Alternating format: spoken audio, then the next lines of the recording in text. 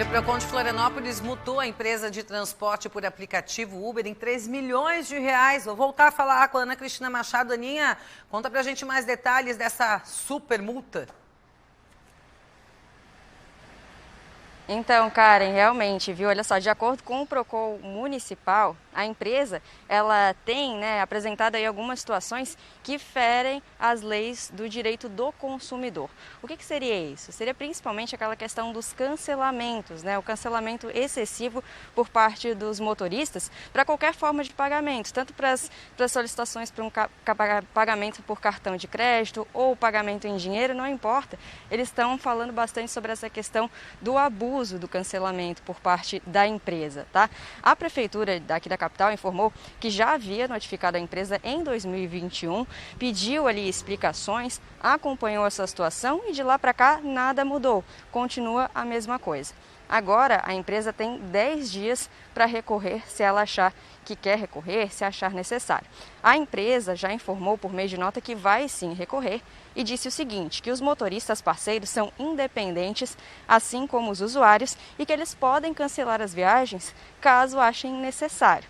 Mas a empresa também informou que o excesso de cancelamento representa abuso do recurso e de mau uso da plataforma e que isso não tem nada a ver com a liberdade do motorista em recusar as solicitações. Então isso foi o que a Uber respondeu por nota e eles falaram que vão recorrer sim dessa notificação aí no valor de 3 milhões, como você disse, né, Karen?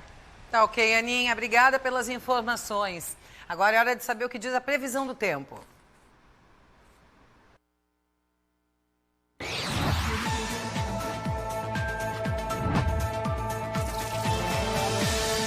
O sol até apareceu em alguns pontos do estado nesta manhã, mas sempre acompanhado de nuvens.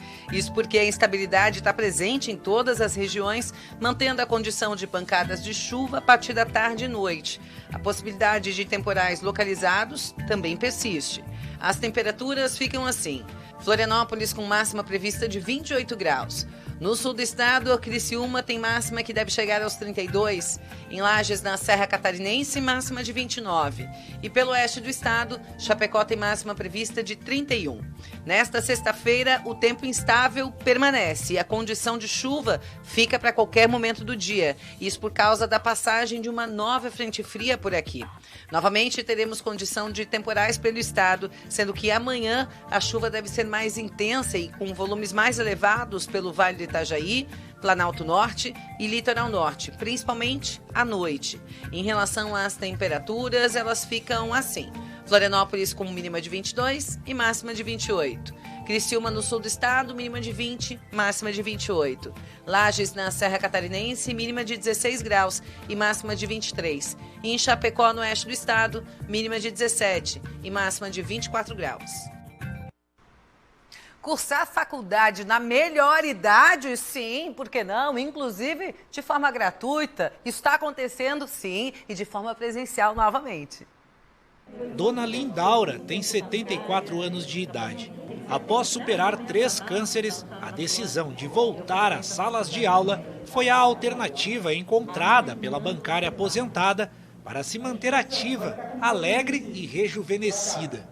Porque quando chega todo mundo ali embaixo que está esperando para entrar a aula, é a mesma coisa que, desculpa o ditado que eu vou falar, que é de Mato Grossense, é a mesma coisa que é periquito no arrozal. Eu tenho 74 anos e cabeça de 20. O seu Dilson é pintor aposentado. Ele conta que quem o inspirou aos estudos foi a esposa dele, que também é estudante. Foi pela alegria da minha esposa, quando chegava em casa, alegre.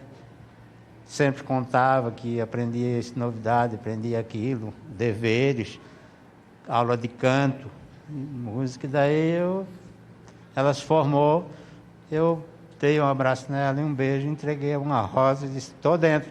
Estes idosos fazem parte da turma de cerca de 50 alunos que frequenta a Faculdade da Maturidade. Formação continuada oferecida a adultos acima de 50 anos pela Faculdade Municipal de Palhoça, na Grande Florianópolis, desde 2007. O projeto promove a inclusão social e proporciona maior qualidade de vida para os universitários da melhor idade. Faz com que a gente também repense as nossas aulas, buscando incluir os conhecimentos que eles trazem também. Então, eu dou aula de plantas, né, eles sabem muito sobre plantas, e a gente faz essa troca, né, do conhecimento que eles trazem com o conhecimento científico, o que é muito enriquecedor para a gente. O aluno mais antigo é o seu Valdir, que faz parte da turma desde 2009. Além do aprendizado, o carteiro aposentado garante que a faculdade trouxe a ele saúde física e mental. Até hoje estou aqui nessa faculdade, aqui faz um bem para a gente. Ao invés de ficar em casa dormindo, tu vem para cá, tu se diverte, tu aproveita, tu aprende, além de tu aprender, tu ensina, porque com o tempo tu já começa a aprender e ensinar também. Estou envelhecendo com sabedoria e conectado. Isso faz muito bem para a gente. As aulas que eram feitas de forma online desde março de 2020 por causa da pandemia voltaram à modalidade presencial nesta semana, para a alegria dessa turma aqui. É ou não é, pessoal? O curso é gratuito e oferece disciplinas optativas e obrigatórias em áreas de interesse da terceira idade, como economia do cotidiano, empreendedorismo, tecnologia, atividade física e línguas. O Leandro é professor de mídias sociais. Para ele, dar aulas para estes alunos é motivo de alegria. Professor, a pergunta que não quer calar, eles são educados? Como é que é? Olha, já dei aula para criança e a maturidade, assim, às vezes tem que dar um puxãozinho de orelha a alguns ali, né? É nesse clima descontraído que a Faculdade da Maturidade supera desafios e inspira até os mais jovens, com garra, foco e autoestima. O meu corpinho está meio acabadinho, mas o espírito é de jovem. E para esses jovens que ficam em casa, que não querem estudar, que às vezes ficam em casa dormindo ou na internet o dia inteiro, venham para a sala de aula. Nós fazemos a festa, estudamos, aprendemos e nos divertimos muito. Olha, a pesquisa do IBGE, o Instituto Brasileiro de Geografia e Estatística, aponta que o número de partos em crianças e adolescentes entre 10 e 14 anos no Brasil é de cerca de 15 mil ao ano. Número que, claro, preocupa muito e levanta o alerta para os riscos e consequências da gravidez precoce. Eu estou recebendo aqui do estúdio a doutora Luísa Aguiar, que é ginecologista e obstetra. Tudo bem, doutora? Tudo bem. Bem-vinda. Obrigada, Karen. Obrigada pelo convite. Inclusive, em relação a esses números, a gente vai mostrar para vocês em mais detalhes. Em 2019, só para vocês terem noção do quanto isso é preocupante, foi incorporado no Estatuto da Criança e do Adolescente, o ECA, a Semana Nacional de Prevenção da Gravidez na Adolescência, que acontece nos primeiros dias de fevereiro e tem como objetivo orientar e conscientizar os jovens. Vamos entender melhor esses números no Brasil, segundo a última pesquisa do IBGE? De acordo com uma pesquisa do IBGE, o Instituto Brasileiro de Geografia e Estatística, o número de partos em adolescentes menores de 15 anos no Brasil foi de 14.682. Já as meninas de 15 anos foram 28.821 partos. Comparando com Santa Catarina, foram 301 adolescentes menores de 15 anos que deram à luz em 2020 e com 15 anos foram 613. É claro que é um dado extremamente preocupante, né? Você estava conversando com a doutora Luísa, porque, querendo ou não, são crianças tendo outras crianças. Que consequências isso pode ter, falando primeiro em relação à saúde dessas meninas? São dados alarmantes, né? Apesar de o número não parecer tão estrondoso, mas... Em Santa Catarina, mais 300 meninas, e né? O Brasil é um dos países da América Latina com o maior número de gravidezes na adolescência e o Ministério da Saúde considera entre 10 e 19 anos. Então, a gente tem toda essa escala aí. Mas existem riscos para a mãe e para o bebê inúmeros, né? Um deles que a gente se preocupa tanto com a gravidez quando a gente é mais velho são as alterações de desenvolvimento fetal mesmo. Então, o risco de anomalias, de cromossomopatias, de doenças relacionadas à alteração cromossômica. Na adolescência a gente tem. Aumenta consideravelmente o risco de prematuridade, do neném nascer antes do tempo. Aumenta o risco de abortos clandestinos. Então, a pessoa não vai ter o filho, mas vai tentar abortar. A gente sabe que o aborto é proibido. E aí vai fazer um aborto clandestino, então aumentando o risco de morte também dessa mulher, né? Aumenta o risco de aborto espontâneo.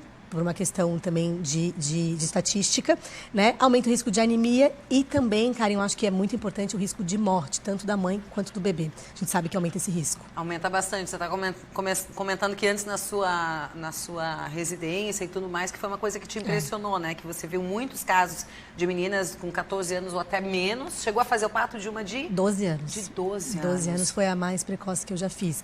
Na verdade, a gente sabe, né? Na residência, como a gente trabalha com um hospital público, a gente sabe que tem um nível socioeconômico da população menor, a gente aumenta muito, né, essa vivência da gravidez na adolescência.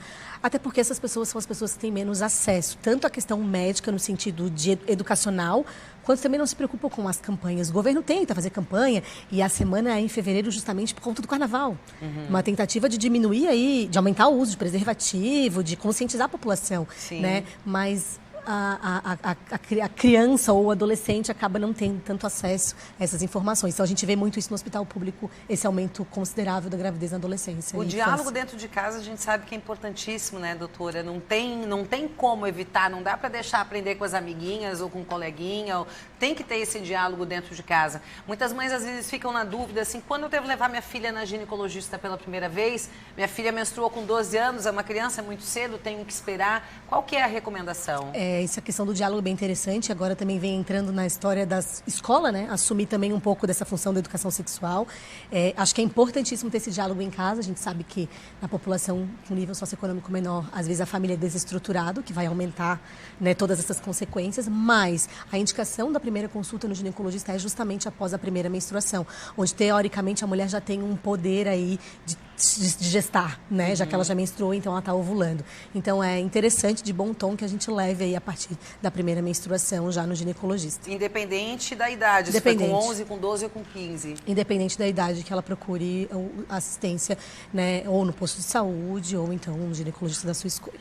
E você acha que essa conversa deve ter alguma conversa com a ginecologista antes de marcar a consulta para a filha, para que mãe e ginecologista possam conversar durante essa primeira consulta? Essa pergunta é bem interessante porque não existe isso como recomendação, inclusive pode ser um segredo médico, no sentido, não, é um segredo médico, no sentido de a paciente vir me procurar sem a mãe saber e eu tenho que estar apta a atender essa adolescente ou essa menina acima de 12 anos, sem que eu sinalize isso para a mãe, a não ser que tenha um risco de vida. Então, a adolescente pode ir sozinha ou pode ir com a mãe.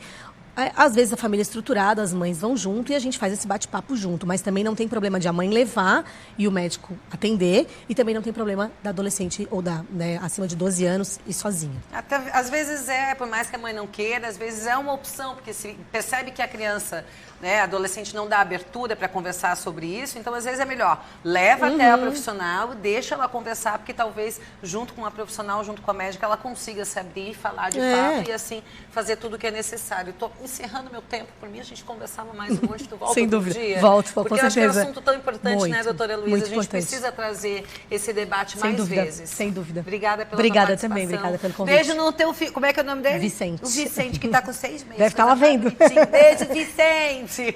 Obrigada. Eu vou encerrando o SC Acontece por aqui. Muito obrigada por sua companhia. Amanhã, você sabe que eu vou estar aqui te esperando ao vivo, 12h50, tá? Até lá, tchau, tchau.